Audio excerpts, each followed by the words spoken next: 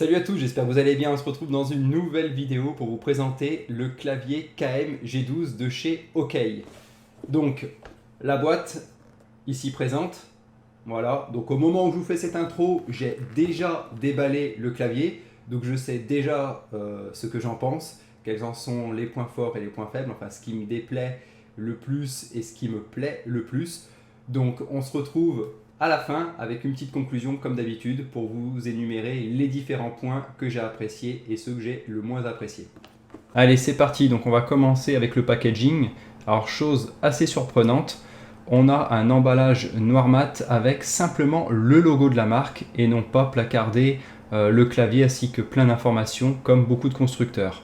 À l'ouverture, on se retrouve avec un manuel, le petit grip qui permet de retirer les touches du clavier, donc là on ne le voit pas très bien mais il se trouve en bas à gauche, et une petite carte. Nous sommes ici en présence d'un châssis en métal et l'aspect inférieur du clavier est en plastique.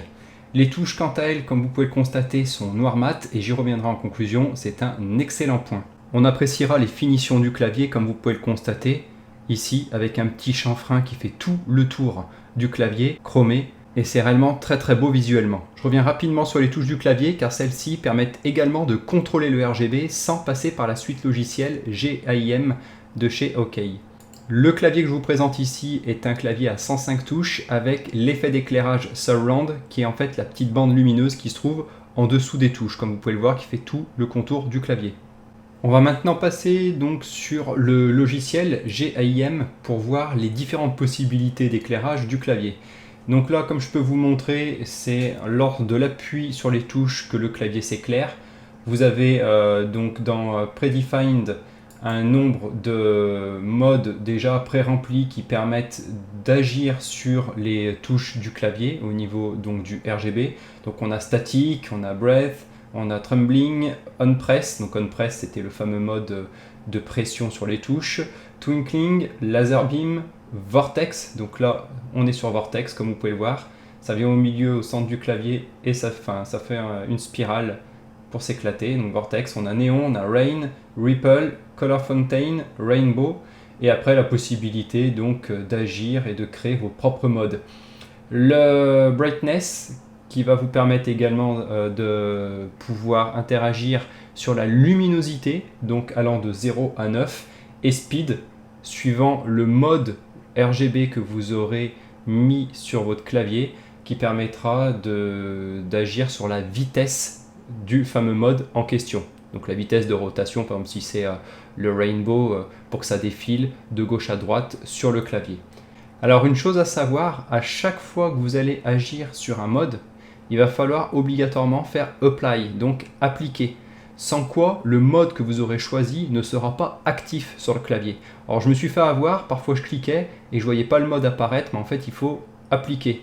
C'est un peu dommage, surtout quand on ne sait pas trop et qu'on prend le clavier en main la première fois. Ça aurait été bien en fait de laisser seulement le choix du mode RGB agir et mettre en activité ce mode sur le clavier et faire apply seulement en sortie, on va dire, du logiciel pour l'appliquer définitivement et non pas pour l'appliquer à l'essai, on va dire. Donc, chose à noter.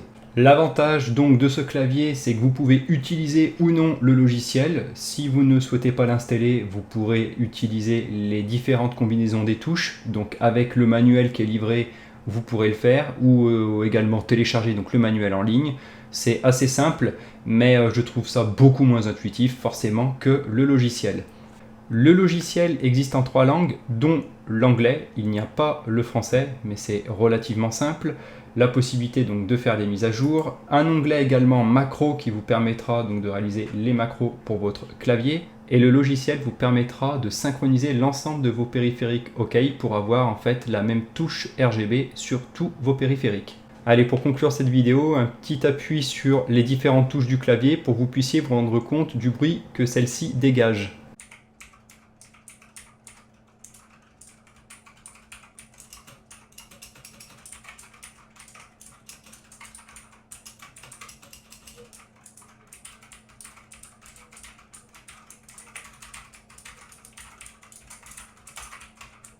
Voilà, fin de la petite présentation donc, du clavier. Alors, je vous le montre. Voilà. Alors là, ce qui est bien, c'est qu'on voit vraiment la petite barre. Donc, il y a les touches rétro-éclairées, comme vous pouvez le voir. Donc là, c'est sur le mode Rainbow. Et également le mode Rainbow ici, tout le long, là où je passe mon doigt. Voilà. Donc, je vais maintenant Je vais d'abord commencer par ce que j'ai le moins aimé. Alors, ce que j'ai le moins aimé, c'est tout simplement le bruit des touches. C'est un peu trop aigu et je préfère quand c'est un peu quand la mécanique est un peu plus étouffée. Donc comme j'ai sur mon clavier donc pour le desk mode, à savoir le Corsair. Donc c'est vrai que là les touches c'est un petit peu trop aigu à mon goût. Ça s'entend un peu trop. C'est pas très discret. Voilà, c'est réellement le seul point négatif que je vais tirer de ce clavier, car pour le reste, j'ai été très surpris. On va maintenant passer au point positif de ce clavier. Alors ce que j'ai apprécié par-dessus tout, en fait, c'est donc déjà le double rétroéclairage. Il y a le rétroéclairage des touches et il y a le rétroéclairage ici, voilà, tout le long, donc de la petite bande lumineuse. Et on peut donc faire deux contrôles différents. Les touches d'un côté et la petite bande lumineuse ici. On n'est pas obligé d'avoir le même mode. Donc on peut synchroniser si on veut les modes des touches du clavier et de la bande lumineuse. Mais nous ne sommes pas obligés. Vous pourriez très bien mettre ici en bleu ou en blanc. Ou alors un autre effet. Donc j'ai trouvé ça sympa quand on pousse dans le RGB d'avoir cette possibilité. Autre chose sympa également, pas obligé d'installer le logiciel donc GAIM. Moi je préfère, comme vous avez pu le voir dans la vidéo, pour un contrôle total, j'aime bien passer par le logiciel, c'est simple, il y a une GUI, donc via l'interface graphique utilisateur, vous pouvez paramétrer à souhait votre clavier. D'autres préféreront alléger leur système et ne pas mettre plein de logiciels différents. Donc vous pouvez, via les touches, les combinaisons de touches du clavier, alors ça je ne l'ai pas montré en vidéo, mais il y a le manuel, il suffit d'appuyer sur FN et plein, donc FN, imprime écran, bref, hein, plusieurs touches, plusieurs combinaisons de touches qui se trouvent et à la fois dans le manuel d'utilisation et téléchargeable sur internet. Via donc des combinaisons de touches, vous pouvez absolument personnaliser votre clavier. Comme j'ai dit, moi je préfère le logiciel, un simple clic de la souris et vous pilotez absolument tout. Le logiciel vous permet aussi de synchroniser vos différents périphériques que vous auriez de chez OK afin de pouvoir synchroniser ou non les différents périphériques que vous avez. Ce que j'ai apprécié également donc c'est la texture mat des touches. Certains claviers ont des touches un peu plus brillantes, c'est assez sale, surtout au niveau des doigts, il suffit qu'à un moment donné vous ayez un petit peu les doigts gras ou autre, ça se voit. Là c'est mat, donc ça ne se voit pas du tout. Qu'est-ce que j'ai également aimé? Eh bien le design. Alors d'ailleurs c'est la première chose en fait qui m'a sauté aux yeux. Quand je l'ai ouvert, le clavier, je ne m'attendais pas en fait à avoir une telle finition. En fait, si vous regardez bien, voilà, vous avez là tout le long, donc une barre chromée qui fait tout le tour du clavier. Voilà, là vous voyez bien, vous voyez, c'est chromé tout le tour du clavier. Dessous la bande lumineuse, sur le dessus cet effet mat, et je trouve qu'il est vraiment très bien réussi. Il n'y en a pas trop, ni pas assez. Et en fait, j'ai vraiment trouvé le design du clavier, c'est vraiment le design, en fait, il fait classe. Et je pensais pas pour un clavier comme ça, je pensais qu'on allait plutôt rentrer dans du peut-être un peu grossier certaines fois. Et là, pas du tout. Il est vraiment très classe, épuré, sobre. Et vous avez donc le côté RGB qui est l'air du temps en ce moment, qui a le vent en poupe. Voilà. Donc ce clavier, je le trouve vraiment excellent et ce clavier n'est pas pour moi, il est pour vous.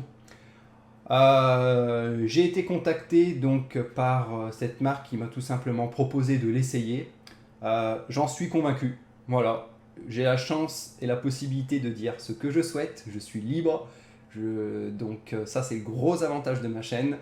Et sachant que des claviers j'en ai déjà plein, j'en ai plein, je vous le propose tout simplement en jeu concours. Alors, comme d'habitude, ce jeu concours, il y a des indices dans la vidéo, éparpillés un peu partout. Je vais être gentil, je vais vous dire que les indices commencent à partir de la conclusion. Voilà. Donc, durant toute la vidéo avant en présentant le clavier, il n'y a pas d'indice, mais durant cette conclusion, il y en a. Comme vous le savez, les indices que je donne, quand je dis qu'il y a tant d'indices et que je mets en ligne la deuxième vidéo pour pouvoir participer au jeu concours, ça fonctionne. J'essaye toujours mes vidéos, parce que la dernière fois, il y en a qui m'ont dit que ça ne fonctionne pas, il y avait une inversion entre le I et le L. Ça, j'y peux rien, c'est YouTube qui génère les liens. Donc je ne peux pas choisir s'il y aura un I ou un L, majuscule, minuscule, dans le lien de la vidéo. Voilà. Donc je vous laisse chercher les indices et quand vous les aurez trouvés, vous arriverez sur une deuxième vidéo afin de participer à un petit jeu concours pour gagner ce clavier. Et je vous le dis clairement, hein, je suis franc avec vous, j'ai failli le garder, mais je me suis dit que j'en avais déjà et qu'à un moment donné, ça ferait bien plus plaisir à quelqu'un qu'à moi. Voilà, tout simplement. Bonne journée à tous et à très bientôt. Ciao, ciao!